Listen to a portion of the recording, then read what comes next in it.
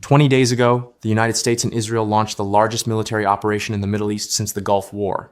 They destroyed Iran's air force in 48 hours. They killed the supreme leader on day one. They struck more than 7,000 targets. By every military measure, Iran has been decimated. And yet right now, today, the 20th day of this war, you are paying more for groceries than you were 3 weeks ago. Your gas tank costs 30% more to fill than it did in February. And if you fly anywhere this spring, the ticket price you are seeing today is the product of jet fuel that has gone up 83% in a single month. Iran is losing this war. Iran is also winning it. And understanding how both of those things are true at the same time is the only story that actually matters right now. The war started on February 28, 2026. Joint U.S.-Israeli strikes killed Supreme Leader Ali Khamenei in the opening hours. His son Mojtaba was elected to replace him on March 8th. Iran has fired more than 500 ballistic missiles and 2,000 drones since then. The launch rate has dropped 90% from day one. The stockpiles are running out. Roughly 1,400 dead in Iran, over 1,000 in Lebanon, 18 in Israel, 13 American soldiers, 21 in the Gulf states. 7,000 targets struck inside Iran. By any military definition, this is not a close contest. Iran has no navy. No air force, no radar. Trump told reporters on day 3 that Iran had nothing left to defend itself with. But Iran does not need to defend itself. It needs to hold 21 miles of water. The Strait of Hormuz is a narrow passage between Iran and Oman. 21 miles wide at its tightest point, 100 miles long, surrounded on 3 sides by Iranian territory. Through it, every day before this war began flowed 20 million barrels of oil, 1/5 of everything the world burns. Before February 28th, 138 ships crossed the strait every day. Today, 4. A 97% collapse in traffic. Not because Iran blockaded it with a fleet. Iran has no fleet. Because the Revolutionary Guard attacked ships with drones. Because Lloyd's of London pulled war risk coverage. Because the moment insurance disappears, the ships stop. You do not need mines. You do not need a navy. You need to make the strait uninsurable. And here is the part that never makes the front page. There is no real alternative. Saudi Arabia has a pipeline. The East-West pipeline that runs from its oil fields to the Red Sea port of Yanbu, bypassing the strait entirely. The UAE has one too, through Fujairah. Together at maximum capacity, these pipelines can move 3.5 to 5.5 million barrels per day. The world moves 20 million through Hormuz, even at absolute maximum. You are still short 16 million barrels per day. Every day. The International Energy Agency made history on March 11, 2026. A coordinated release of 400 million barrels from member nations' reserves. The largest in IEA history. The markets barely moved, because 400 million barrels at global consumption of 105 million barrels per day equals exactly 4 days of supply. 4 days. That is what the world's entire emergency safety net buys you. This is not a crisis that strategic reserves solve. This is a crisis that only ends when ships can move through 21 miles of water again. And right now, they cannot. The day before this war began, Brent crude traded at $67 a barrel. On day 20, it hit $115. That is a 72% increase in 20 days. After Russia invaded Ukraine in 2022, a comparable shock took 3 months. This one took 3 weeks. The price at your gas pump in America moved from $2.90 per gallon to $3.79. That is 87 cents more every time you fill up. Diesel crossed $5 per gallon for the first time since 2022, when Russian tanks rolled into Ukraine. And that is just the ground level. Look up. Jet fuel is up 83% in a single month. Every airline ticket you buy this spring carries the weight of this war inside it. Now here is what nobody is telling you directly. Even if this war ended tomorrow, you would not feel it at the pump for a long time. Economists call it rockets and feathers. When oil prices spike, pump prices go up like a rocket. Fast, hard, immediate. When oil prices fall, pump prices drift down like a feather. Slowly, partially, with a delay of weeks, sometimes months. After Russia's invasion of Ukraine in 2022, Americans kept paying elevated prices at the pump for months after oil markets stabilized. After Hurricanes Katrina and Rita destroyed Gulf Coast refining capacity in 2005, the same thing happened. The oil normalized. The pump prices did not. The mechanism is not a conspiracy. It is how supply chains work. Oil facilities in the Gulf need to ramp back from minimum operating rates. Weeks under ideal conditions, far longer for damaged sites. Refineries restart, tankers rebook, insurance falls. Every step takes time. Your grocery bill is next. Diesel prices drive trucking costs. Trucking costs drive the price of everything on every shelf in every store. The diesel shock you are seeing today will show up as a food inflation wave in the weeks ahead. The pump is the early warning system. The supermarket is the delayed consequence. Here is the detail that changes everything about how you understand this war economically.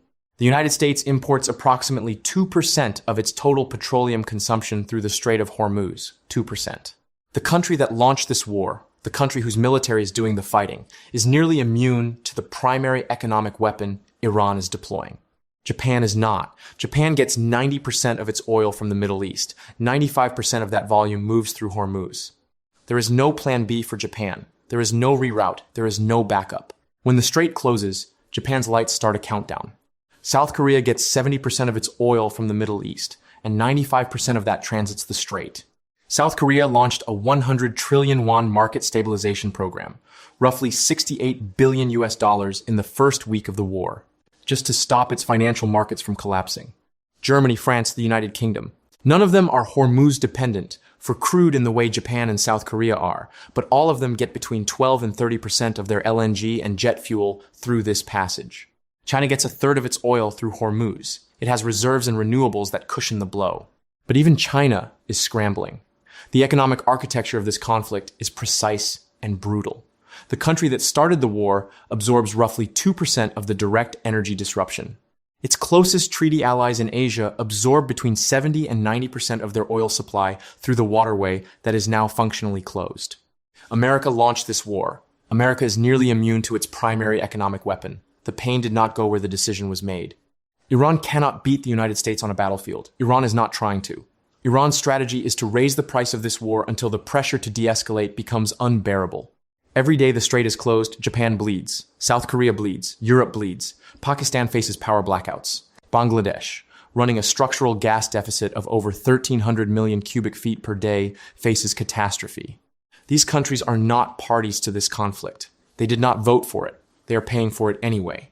You are watching a war that was started by one country and billed to another. The invoice arrives at gas stations and grocery stores.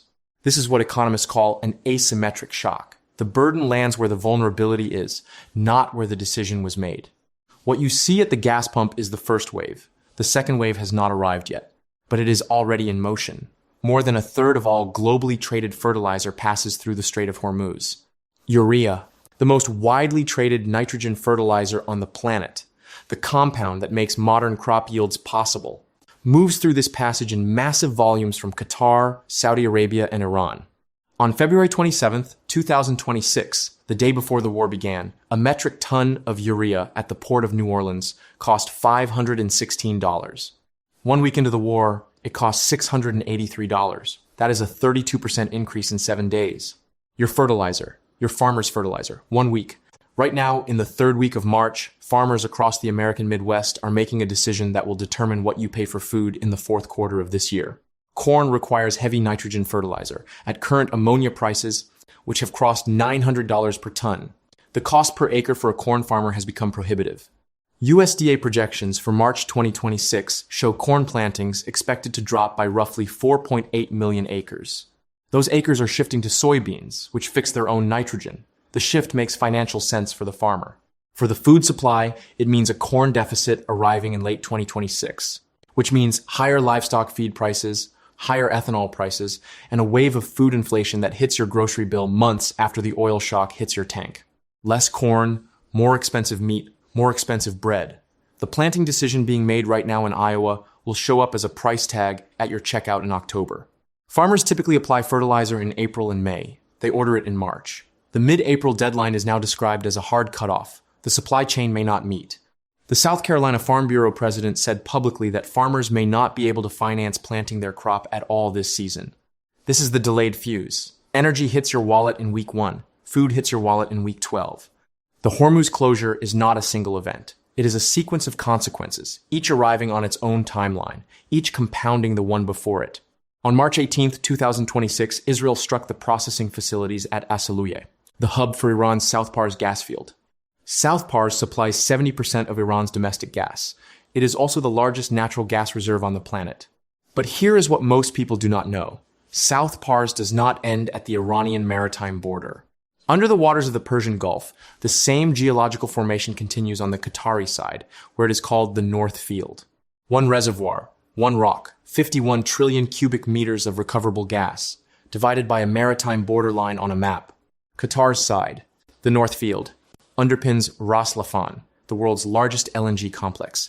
Roughly 1/5 of all globally traded LNG comes from here. When Israel struck the Iranian side, Iran struck back the next day. Missiles hit Ras Laffan directly.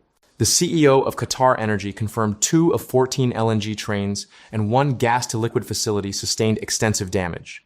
17% of Qatar's export capacity gone. Roughly $20 billion in annual revenue. And then came the number that matters most. Repairs will take 3 to 5 years. 3 to 5 years. Not weeks. Not months.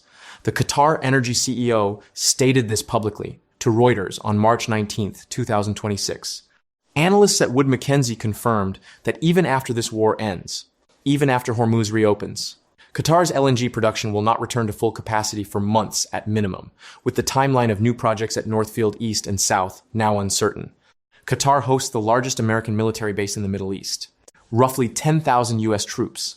Israel struck the energy infrastructure of the country hosting American forces. Trump said the United States knew nothing about the South Pars strike. Axios reported, citing American and Israeli officials, that this was not true. The strike had been coordinated with Washington. America's ally bombed the energy hub of America's host country. Then America's president said he did not know about it. The people whose gas bills are now rising did not get a vote. European gas jumped 30% in a single day after the Ras Laffan strike. Before the full damage assessment was complete, European households heating their homes next winter are not yet pricing in 3 to 5 years of reduced Qatari LNG capacity. They will. And when that price arrives, it will come in your heating bill, your electricity bill, in the cost of every product made or transported using gas. The repair timeline is set. The bill is already written. Before this war began, the Trump administration's justification was precise. Iran was weeks away from a nuclear weapon. On March 4th, 2026, the president told congressional leaders, if we did not strike within 2 weeks, Iran would have had a nuclear weapon. On March 18th, 20 days into the war, the Director of National Intelligence sat before the Senate Intelligence Committee. Tulsi Gabbard submitted written testimony stating, as a result of the June 2025 strikes, Iran's nuclear enrichment program was obliterated, and there have been no efforts since then to try to rebuild their enrichment capability. She did not read that paragraph aloud. When senators pressed her on why she had skipped it, she said her time was running long. The head of the International Atomic Energy Agency, Rafael Grossi, said on March 3rd that the IAEA had no evidence of Iran building a nuclear bomb. The director of the National Counterterrorism Center, Joe Kent, resigned in protest on March 17th, the day before Gabbard's testimony, writing that Iran posed no imminent threat and the air campaign was unnecessary. And then there is the question of the Strait. Senator Mark Warner asked Gabbard directly, did you brief the president that if the U.S. started this war, Iran would likely close the Strait of Hormuz? She would not divulge internal conversations, but she confirmed under questioning that it had long been an intelligence community assessment that Iran would likely hold the Strait of Hormuz as leverage in any conflict. The intelligence community knew. The closure was predicted. Every dollar of the oil shock, every cent of the fertilizer spike, every week of the Ras Laffan repair timeline. Foreseeable. Senator Chris Murphy, after a classified briefing, said publicly they had no plan to address the crisis in the Strait. A week into the war, still no plan. He called it shocking. You are paying for a predictable outcome that was not planned for. Every cent at the pump, every dollar on your grocery receipt. The intelligence was there. The plan was not. The main stated reason for this war does not hold up under the testimony of the president's own intelligence director.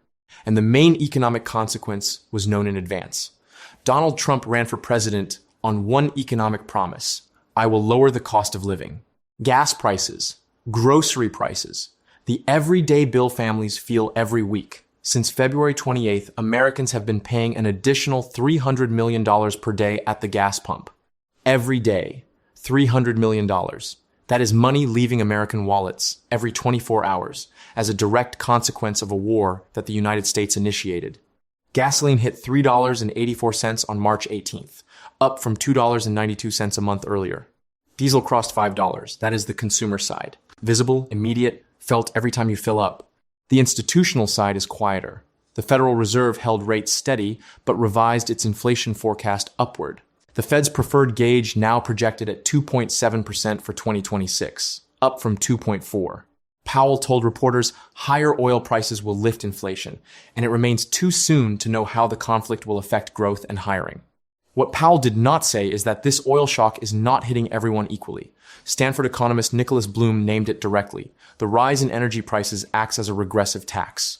Lower-income households spend a higher share of their income on fuel and food.